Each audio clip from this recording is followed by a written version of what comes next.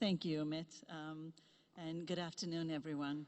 I am delighted to be here today to participate in this panel discussion about technology and the critical role it plays in transforming the delivery of transformation services. So my angle for the conversation is going to be very different from my colleagues, but it will give us an opportunity to see the other side of the coin. There is so much for us to learn from each other in this age of digital disruption, including understanding the risks and rewards associated with new digital capabilities. The question I am posing today is whether technology is a miracle or a menace. As Chief Transformation Officer, Chief Information Officer, and Champion of Innovation at Canada's Immigration, Refugees, and Citizenship Canada Department, I have the great privilege, as Umit mentioned, to help shape how we use technology to innovate, to transform, and to optimize the delivery of our services. I have the exceptional opportunity as an executive to go beyond transforming our IMIT capabilities to focus on a broader leadership challenge of transforming our business, including our client experience, our culture, our processes, and our tools.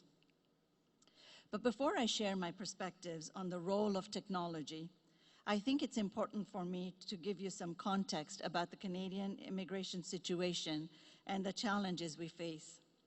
In fact, I'm guessing many other countries represented here today share the same context in part or in whole. Our current challenges are related to rising demand and service expectations, increasing requirements to become digital, and the rapid evolution and sophistication of fraud and security threats. Here is some, oh, I need to do that myself, don't I? I'm so used to having people do that you forget that you can do this yourself. Here is some insight into our current reality. IRCC is facing a wave of operational pressures driven by increasing application volumes across all of our streams of business. For example, temporary resident application volumes were up 25% to 2.8 million applications per year between 2015 and 2017. Permanent residence applications are expected to grow by 12% per year between 2019 and 2020, and asylum claims nearly doubled between 2016 and 2017. While the department is growing the employee base to address the increase of demand for services, this alone has not solved the problem. Instead, our challenges have translated into a growing dissatisfaction in our client base across areas such as processing speed, the overall ease of the application process, the online application experience, just to name a few. In today's interconnected world with rapid transactions and near seamless movement of information, it is increasingly unreasonable to expect our clients to wait weeks or even months for a visa decision. At the same time, client expectations about their user experiences are rapidly changing. There's a demand for more user-friendly design of application processes with up-to-date information available online about application status. This demand for user-friendly design extends beyond our clients to our employees as well. Our processing officers need better tools to be efficient and effective in their roles, especially at a time when the demands on these officers are increasing. While addressing the demands for an improved client experience, we must be certain that we are not putting our program integrity at risk. This means technology and process changes that are put in place to make our processing more efficient and improve customer experiences must respect the objectives and integrity of our immigration programs. Program integrity becomes an even larger concern as we move to an increasingly digital world with its sophisticated cybersecurity requirements.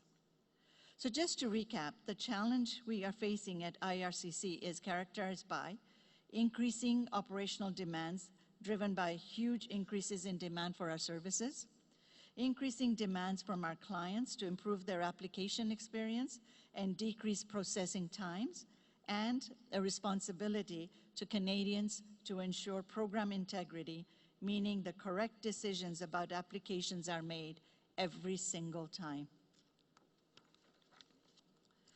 So the question we had to ask ourselves at IRCC was, how can we address this complex challenge? What we found is that addressing the volume changes without changing the underlying technology and processes is not sufficient to lead to a step change in our client experience. And in fact, we have seen the opposite result, increasing client dissatisfaction. To address IRCC's current challenges, business as usual is no longer feasible. We need to fundamentally reimagine how we do business and how we can leverage modern tools, technology, and processes to deliver on our mandate. For this reason, we have embarked on a service transformation journey. Our goal is to become a world leader in immigration in order to maximize the benefits of our programs for our clients and for Canadians. In order to achieve this vision, we are focusing on 3 business outcomes: providing improved client experience by reducing wait times and generating simpler and clearer processes, driving operational excellence to process more applications faster while maintaining cost, and while maintaining a high standard for program integrity. In practice, service transformation means taking an outside-in view of the services we deliver to ensure we anchor these services in client experience excellence. By designing our services in this way, we can provide an improved client experience while actually reducing wait times and increasing program integrity. However, while we are beginning to redesign services by taking an outside-in view, we must provide the enabling technology foundation to support this work. This is where I take off my Chief Transformation Officer hat, and I will replace it with my Chief Information Officer hat. The challenge for me is the duality of technology being both a miracle and a menace. To enable the department and service transformation, we need to get our technology right. It is our responsibility to make wise decisions around technology and our use of technology. More specifically, we must understand both the benefits and pitfalls that technology offers, explore responsible use of that technology, and leverage technology as best as we can to deliver effective and efficient service. If we get technology right, it can provide the platform IRCC needs to deliver its service transformation. If we get it wrong, we can quickly end up in an ethical dilemma. As IRCC's CIO, it is my responsibility to ensure we use technology to deliver on its promise without exposing the department to undue risks. Let's take the use of artificial intelligence and machine learning as an example. We know that other countries, such as Germany and Sweden, for example, have already embedded this technology into their intake processes, and it is paying dividends for improving processing times. A recent Auditor General report has recommended that Canada use this technology to speed up the processing of refugee applications. We also know that we can automate decisions through better use of technology, and we have already done this for back office processes. In other words, artificial intelligence seems like an obvious enabler of service transformation, and in many ways it is. However, as technology and enterprise leaders, we must consider the technical security, and most importantly, ethical challenges posed by adopting new technologies. As we explore the use of this machine learning and artificial intelligence for supporting decisions regarding individuals, one does not need to think too hard about how this technology could be used improperly. We only need to pay attention to the concerns regarding a potential disruption to a free and fair election in Canada to stand up and ensure that we guard against nefarious intent. For this reason, we must ensure there are strong cybersecurity and data protection safeguards in place as we implement these technologies.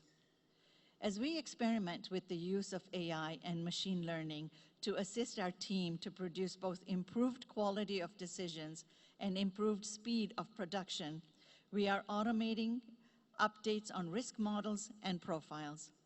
And we still need to be hyper-aware of the impact of technology and never absolve ourselves of individual accountability and responsibility. At the end of the day, technology must support, not replace, our humanity. With AI, we must guard against technology becoming a menace. Similar to machine learning and advanced analytics, we are implementing other technologies to support effective service delivery at IRCC. For example, to improve both identity management and security, we have implemented the collection of biometric information. This information is, of course, a double-edged sword with many of the same ethical considerations as posed by AI. With biometric information, we reduce the risk around the individuals who wish to come into our country. At the same time, by collecting and storing this information, we increase risks to our department and indeed to Canada. We must be confident in our ability to secure and manage that information. Criminal elements evolve quickly and are continuously testing our systems, so we must continuously innovate to understand what is possible and to protect what we have. With biometrics, we must ensure technology does not become the menace. As we move forward as a department, delivering on our service transformation promise, we will become increasingly dependent on delivering a responsive technology platform and the ability to manage significant data volumes. So in both of my roles, I see the value and incredible potential for creating a strong, secure data environment that enables our delivery of services to clients while maintaining the integrity of our programs. Right now, we have just begun to explore how emerging technologies can strengthen service delivery. We have talked about applying AI to temporary resident visa applications. What if we strengthen our data environment so we can apply similar tools to settlement services, which are responsible for facilitating the integration of newcomers to Canada and which also consume a significant portion of our budget? How else might we apply emerging technologies to streamline the process of coming to Canada, becoming a part of Canadian society, while we strengthen our security and reducing risks? How can we ensure technology remains a miracle and does not become a menace? At the end of the day, technology is a tool to help us to do a better job, and we as leaders need to ensure responsible use and management of that technology. We also need to pay attention to the human factors as we introduce new digital capabilities and transform how the work gets done. This is where I'm putting a lot of my effort. If there was one thing that is keeping me awake at night, it is about transforming the culture of the organization and helping our people move successfully through the transition. Technology alone will not make us successful. We have to carefully manage the adoption of new technology and monitor desired outcomes. This work goes well past the technology cutover to focusing on reinforcing and supporting the changes that impact our employees as well as our clients. And as leaders in immigration, I challenge all of us to think beyond the benefits and risks of technology and to encourage a culture of innovation, adaptability, and agility that transforms our business. Thank you.